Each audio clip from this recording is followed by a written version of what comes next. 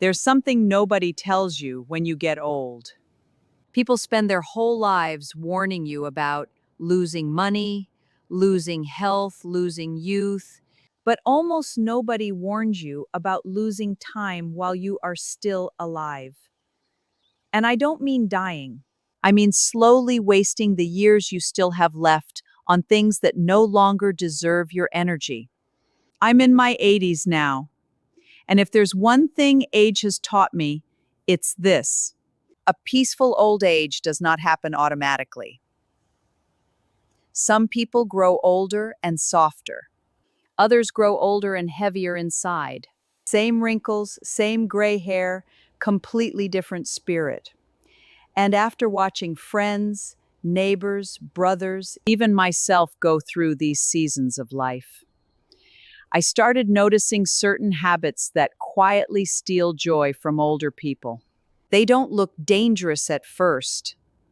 In fact, most of them feel reasonable, familiar, even normal, but they drain the soul little by little. Tonight, I want to talk about them honestly.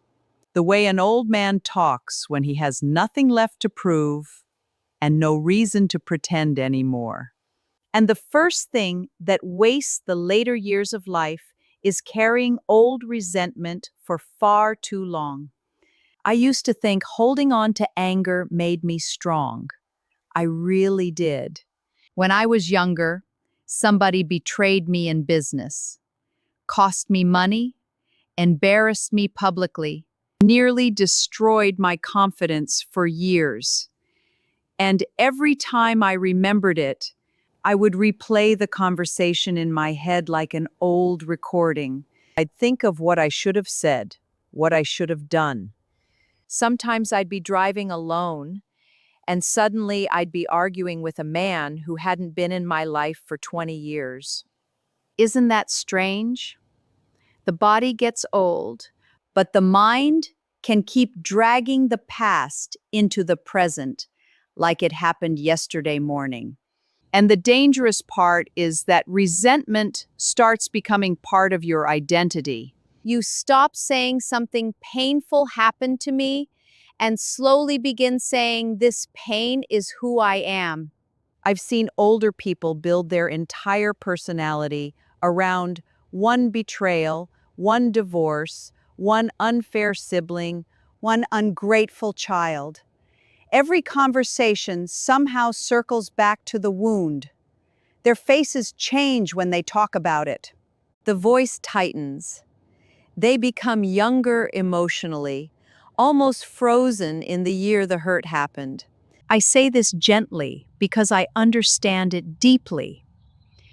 But at some point, you have to ask yourself, how much of your remaining life are you willing to donate to a painful memory?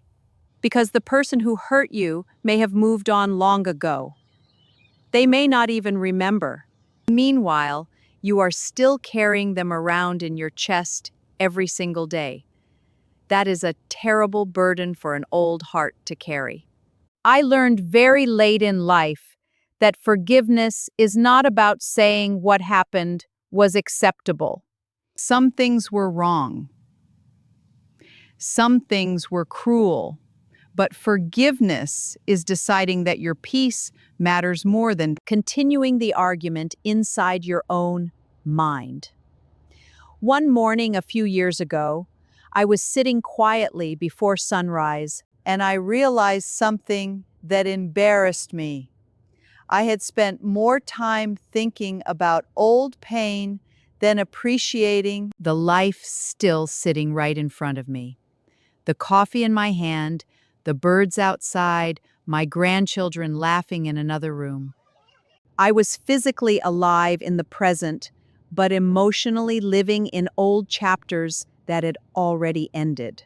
That realization shook me. So now, whenever painful memories return, I try to pause before feeding them. I breathe slowly and remind myself that was then. This is now.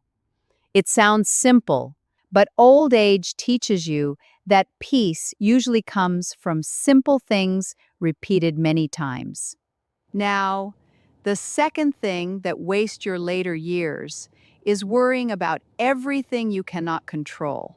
Older people become experts at this without even noticing. We worry about our children even when they are 50 years old themselves. We worry about the economy, the country, the world, our health, the future, the weather, the news.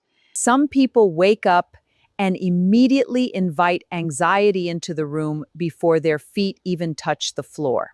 It is never too late to soften your heart. Never too late to let go of bitterness. Never too late to become more present. As long as you are breathing, life is still offering you another chance to come home to yourself.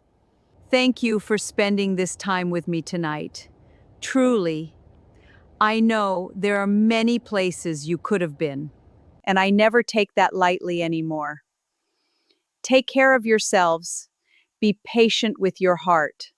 And if tomorrow comes for both of us, then perhaps we'll sit together again and talk a little more about this strange, beautiful journey called growing old. Goodbye, my friends.